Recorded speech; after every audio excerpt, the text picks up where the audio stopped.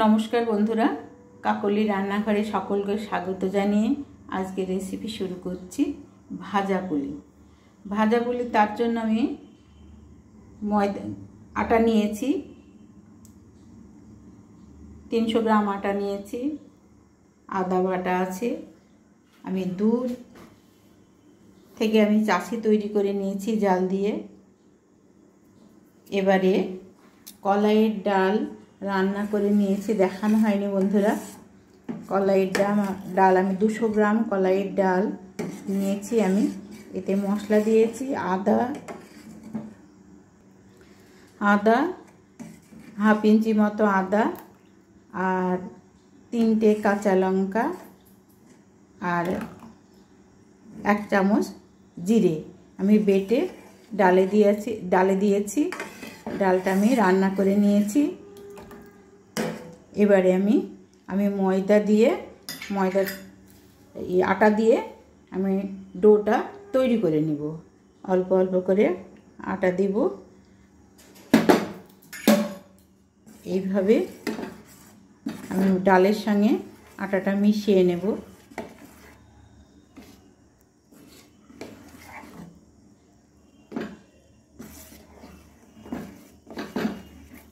আবারও অল্প একটু আটা দিয়ে দেব।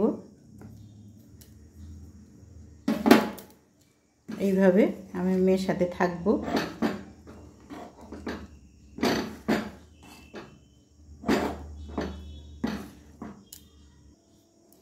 এই সময়ে আমি আদা বাটা একটু দিয়ে দিলাম, ভালোভাবে মিশিয়ে দেব। খেতে খুব ভালো লাগবে। আদা বাটা ময়দার সঙ্গে আটা আর ডালের সঙ্গে মিশিয়ে আমি ভালোভাবে মিশিয়ে দেব।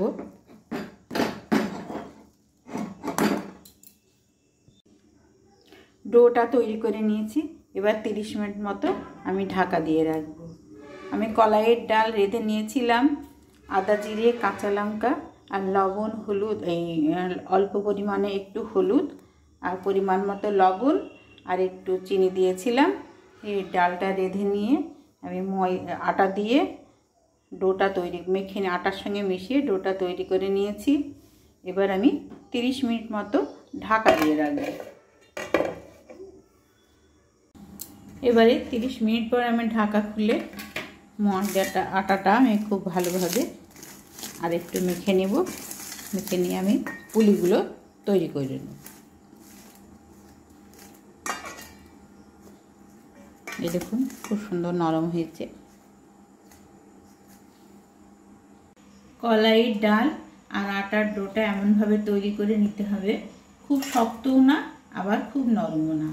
এই জন্য এইবার আমি ছোটো ছোটো করে আমি লেচির মতো করে নিয়েছি, গোল করে নিলাম।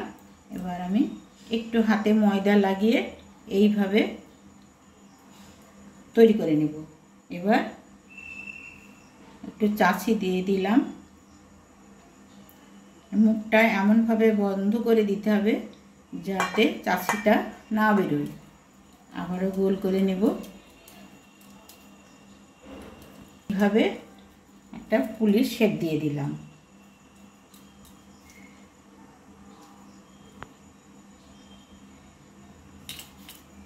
তৈরি করে নিতে হবে। এবারে সব পুলিগুলো আমি এক এক করে তৈরি করে নেব। কড়াইয়ে সাদা তেল গরম করে নিলাম।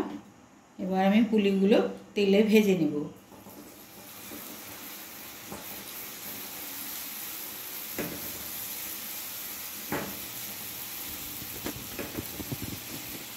অল্প অল্প করে দেব, দিয়ে ভেজে নেব।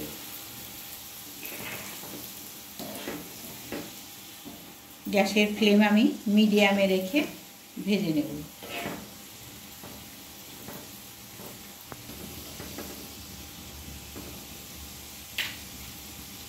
পুলিগুলো ভেজে নিয়েছি। এবার আমি রসে দিয়ে দেব। রস আমার আগে থেকে ছিল ঘরে, রসটা তৈরি করা। রসে পুলিগুলো দিয়ে দিলাম।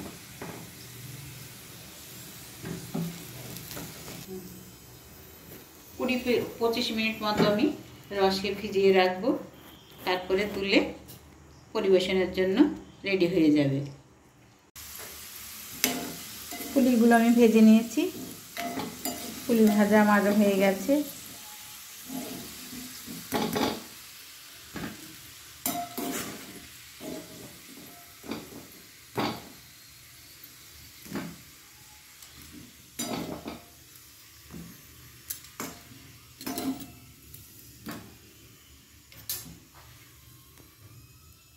সমস্ত পুলিগুলো রসে ডুবিয়েছি।